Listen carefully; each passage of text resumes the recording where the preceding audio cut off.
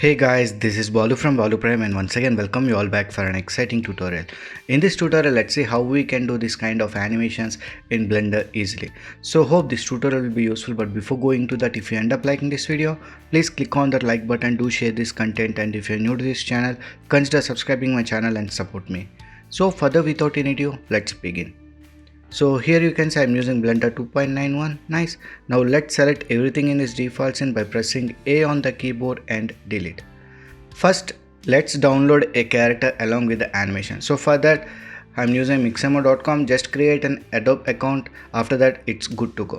So here, select the character. Here I'm using this mannequin character. And after that, go to these animations and search for running. If you want to use the same animation which I'm using in this tutorial. So here we got this running animation, and after that just click here on this in place option so that the character will be on its place. So once the character and animation is set, just click on this download button. Format, let it be FBX, frames per second, your choice, and you can download without skin also, but I will leave it to with skin. And after that, click on this download button. So once the download is completed, now let's import that character along with the animation in Blender. So for that, go to this file, import. Since it is in FBX format, select this FBX and select the file. So here I got this animation here. Make sure that animation is checked in and import. So here you can see we got our character. Press S on the keyboard if you want to increase the scaling. And let me show you here, this character has got only animation up to 22 frames. So I want this animation for this 250 frames. So for that, let me select all the keyframes. Ctrl C to copy, move one frame forward, come to this 23rd frame, place it. Now copy all these keyframes. Now again, let me place this. So let me finish this first. So here you can see my character has got that running animation throughout this 250 frames. Now select this armature. Let me expand this in scene collection and hide out this armature. So now select the character and let me show you in wireframe mode. You can see the dense mesh is pretty dense. So for this effect, we need to reduce the poly count here. So we can do that by adding a modifier. So select the character, come to this modifier options, click on this add modifier and apply this decimate. So currently you can see here there are 14,466 faces in this character. So let me reduce it. So for that, let me reduce this ratio to 0.1. So 2696. Let me reduce it still further, 0.01 to 84. I think this would be fine. We can apply this modifier. Now let's apply another modifier for wireframe. So click on this add modifier and the name itself is wireframe. So let me increase this thickness to 0.5. Okay. So here you can see we got our model with wireframe. Still the animation is there here. Okay. Now let's apply a glow material for this mesh. So select the character, click on this material properties and change this material to emission.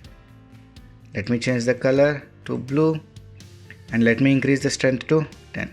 So if I change this to render viewport, you can see our mesh is turned to blue color.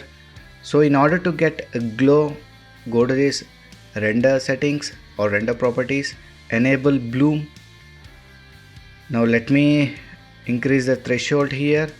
So okay, this would be fine.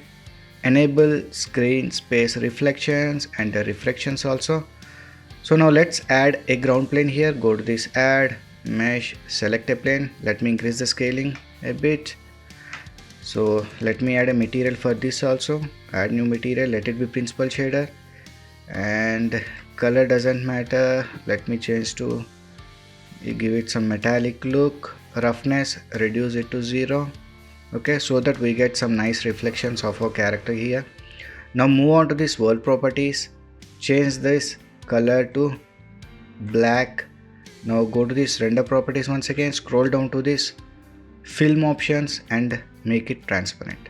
Okay, so that we get transparent background. So once this is done, now let's add our camera. So go to this add camera, Control Alt 0. Now press N on the keyboard, come to this view options and enable this camera to view.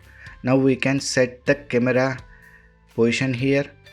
So here I want a rotation animation. So for that we need to add an empty. So go to this add empty, select a cube. Let me increase the scaling of this cube. Okay, select this empty first, later select this camera by holding shift key and click on this camera. Now Control plus P and select object. So we got empty here. So click on this object properties, make sure that empty is selected and click on this object properties. And if we move this Z rotation, you can see we got this rotation animation here.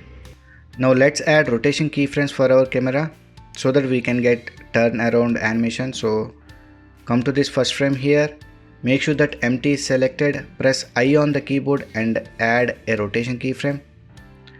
Now move to 250 frames here. Let me change this value so that we'll get some rotation here like this. I think this much would be fine.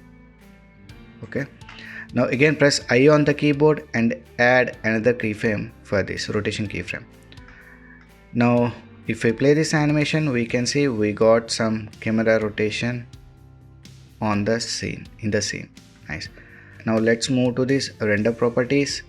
Here render engine is set to Eevee. I will be leaving to that one, and I think rest and all let it be default.